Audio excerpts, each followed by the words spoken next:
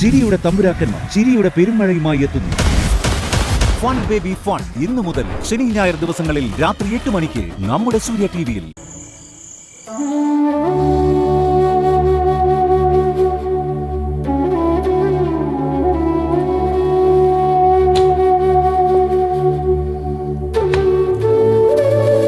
രാജു, രാജു,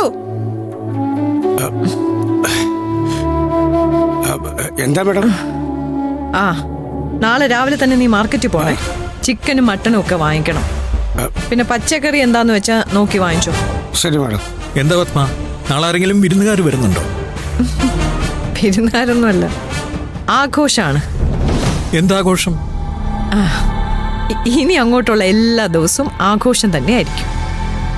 ആ വേലക്കാരി ഇവിടെ നിന്ന് പടിയിറങ്ങിയതിന്റെ ആഘോഷം. എടോ, അവൾ ഇവിടെ ഉണ്ടായിരുന്നത് നിങ്ങൾ ആഘോഷിച്ചു, ഇല്ലാതിരിക്കുന്നത് ഞാനും ആഘോഷിക്കുന്നു. അതിനെന്താ കുഴപ്പം? നീ പറഞ്ഞു കേട്ടല്ലോ, നാളെ പായസം കുടിക്കണം. സന്തോഷത്തിന് മധുരം നല്ലതല്ലേ? ശരി മേഡം.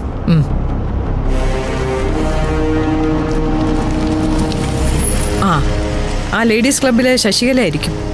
ഒരു ഫംഗ്ഷന്റെ കാര്യം സംസാരിക്കാൻ അവര് വരൂന്ന് പറഞ്ഞിരുന്നു. അവളിവിടെ നിൽക്കണ കാഴ്ച അവരും കണ്ടതാണല്ലോ. ഇറങ്ങിപ്പോയത് ആദ്യം എനിക്ക് അവരോട് തന്നെ പറയണം.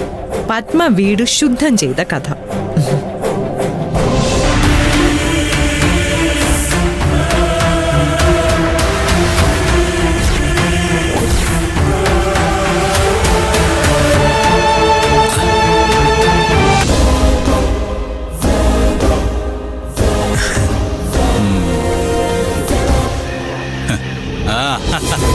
അച്ഛാ, അച്ഛൻ കാണില്ലേ നന്ദിനിയെ തിരികെ കൊണ്ടുവന്നു. നോക്ക്, നമ്മുടെ വീടിനിപ്പോ ഒരു വെളിച്ചം വന്നത് കണ്ടോ? ആ നന്ദിനി, ഇനി ഒരു നിമിഷം പോലും താൻ ഈ വീട്ടില് ഉണ്ടാവാതിരിക്കരുത് കേട്ടാ.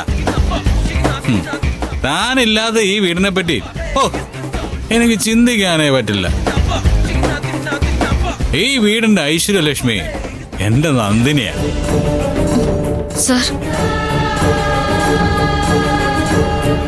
താനില്ലാതെ 1-2 ദിവസം കൊണ്ട് ഈ വീട്ടിലെ ചില ദുർഭൂതങ്ങളുടെ അഴിഞ്ഞാട്ടമായിരുന്നു.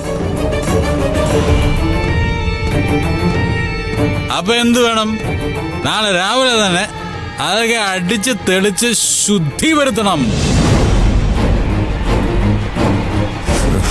എന്നിട്ട് നമ്മുടെ ആ പഴയ വീട് പോലെ താനങ്ങ് പൂർണ്ണ സ്വാതന്ത്ര്യത്തിൽ പറന്നങ്ങ് നടക്കണം. Nandini, my dear, I love you.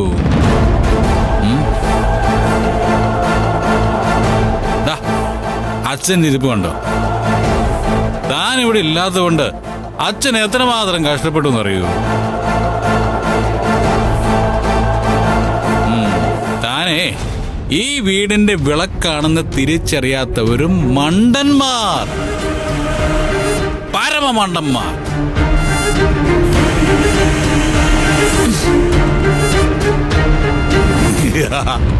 കണ്ടോ ഐശ്വര്യലക്ഷ്മിയെ താൻ വന്നതും ദുർഭൂതങ്ങൾ ഒഴിഞ്ഞോടി പോകുന്ന പോക്ക് കണ്ട? മതിയടാ മതി. എന്താ സാർ കാണിച്ചു കൂട്ടുന്നെ? ഇതിനാണോ എന്നെ തിരിച്ചു വിളിച്ചോണ്ട് വന്നേ? അച്ഛാ, അച്ഛാ, അച്ഛാ, അച്ഛാ, എങ്ങനെ ഉണ്ടായിരുന്നു പത്മ മാഡത്തിന്റെ മുന്നിൽ എന്റെ പെർഫോമൻസ്? അതാ പറഞ്ഞ മതിയെന്ന്. നിന്നെ വിട്ടുകളഞ്ഞ നീ മൊത്തത്തിൽ പ്രശ്നം ഉണ്ടാക്കും.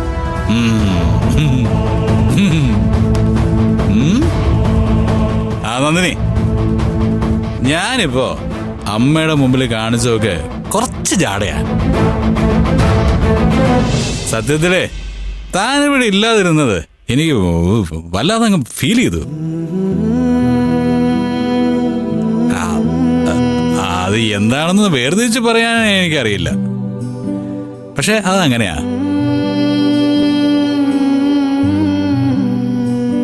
താൻ എന്റെ മനസ്സിനെ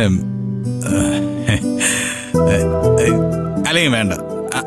അച്ഛാ, I am happy, very very happy. Happy അച്ഛാ, I am happy. I am happy. Happy. Very very happy.